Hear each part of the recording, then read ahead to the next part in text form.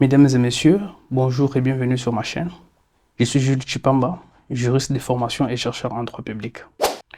Dans ma précédente vidéo, j'avais promis de commencer le grand projet dans le domaine du droit du sport.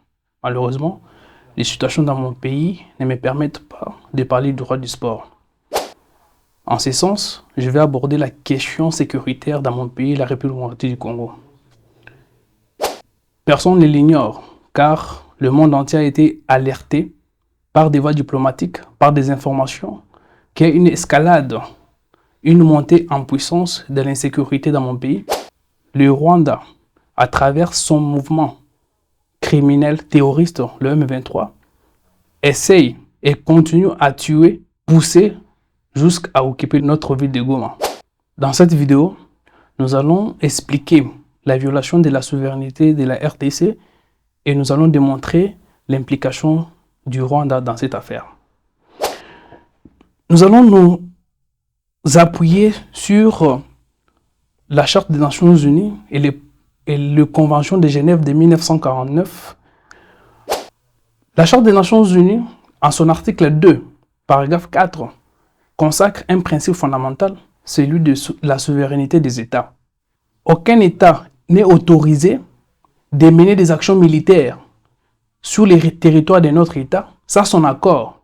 Ce principe est assorti de deux exceptions, en cas de légitime défense ou en cas d'autorisation du Conseil de sécurité de l'ONU. Et concernant le Convention de Genève de 1949 et le protocole additionnel, la Convention de Genève consacre aussi un principe, celui de la protection de la population civile contre le massacre et les violences. Nous appuyons sur ces deux instruments juridiques. Nous allons démontrer que le Rwanda a violé l'intégrité du territoire national de la RDC en envoyant ses militaires mener des actions militaires aux côtés du M23. Et il est curieux de voir le président rwandais dans ses sorties critiquer ou dire que le M23 est un mouvement congolais et cela ne lui concerne pas. C'est curieux parce que le président rwandais fait abstraction de savoir qu'un conflit armé non international peut devenir un conflit armé international par le biais d'un contrôle effectif en appuyant un groupe armé non étatique. Puisqu'il y a des notions à éclairer, comme la notion, bien sûr, reconnue en droit international humanitaire, des conflits armés internationaux et des conflits armés non internationaux. On parle de conflits armés non internationaux lorsque il y a affrontement entre une armée gouvernementale et une armée non étatique. En ce sens, il n'y a pas implication de notre État pour soutenir ces groupes ou les groupes terroristes, comme on peut le critiquer, ou les groupes rebelles. Mais il y a conflit armé international lorsque deux États s'affrontent. Mais il y a une explication concrète. Un conflit armé non international peut devenir un conflit armé international lorsque un État X soutient ou contrôle effectivement un groupe rebelle ou un groupe armé non étatique pour affronter un groupe armé gouvernemental. En ce sens, vous allez découvrir clairement que le Rwanda s'est rendu coupable de la violation de l'intégrité ou de la violation de la souveraineté de l'État congolais en contrôlant effectivement le M23 qui est un mouvement terroriste. Personne ne l'ignore. Le Rwanda fournit le M23 en personnel, en logistique, en munitions, en transport. C'est pourquoi le M23 n'est qu'un patin du Rwanda.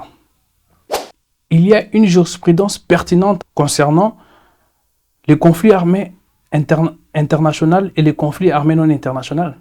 C'est la jurisprudence dans l'affaire Tadic devant le tribunal pénal international de l'ex-Yougoslavie. Le tribunal avait établi les critères du contrôle global ou du contrôle effectif pour justifier cette transition, je peux l'appeler ainsi, du conflit armé non international vers le conflit armé international. Le droit international humanitaire interdit aux belligérants pendant les temps de guerre de s'attaquer aux populations civiles. Mais vous allez remarquer que à Goma, le camp de réfugiés a été bombardé. Mais puisque le Rwanda est le parrain du M23, le Rwanda est coupable de la violation des conventions de Genève de 1949 et leur protocole additionnel qui incrimine le fait de bombarder ou d'attaquer, de violenter les personnes civiles, des armées ou les personnes civiles non armées pendant le temps de guerre. Dans quelques mots, vous avez pu comprendre pourquoi le Rwanda est tenu coupable de ses actions malheureuses envers la République démocratique du Congo. Le Rwanda est responsable et il en paiera le prix. Chers Congolais, chers patriotes, en temps de guerre comme en temps de paix, soyons tous derrière nos éléments de FARDC, soyons tous derrière le président de la République pour mener en bien ses actions pour sauvegarder notre nation. Et en cette période, nous amenons quelques propositions que nos autorités doivent tenir compte. Personnellement, je pense qu'il est temps que le chef de l'État prenne des mesures dramatiques, des mesures audacieuses, des mesures qui vont paraître difficiles mais importantes pour la sauvegarde de notre État. Monsieur le Président de la République, chef de l'État, commandant suprême des forces armées, il est temps que vous puissiez prendre la décision de suspendre toute activité scolaire et académique pour orienter tous les jeunes vers l'armée.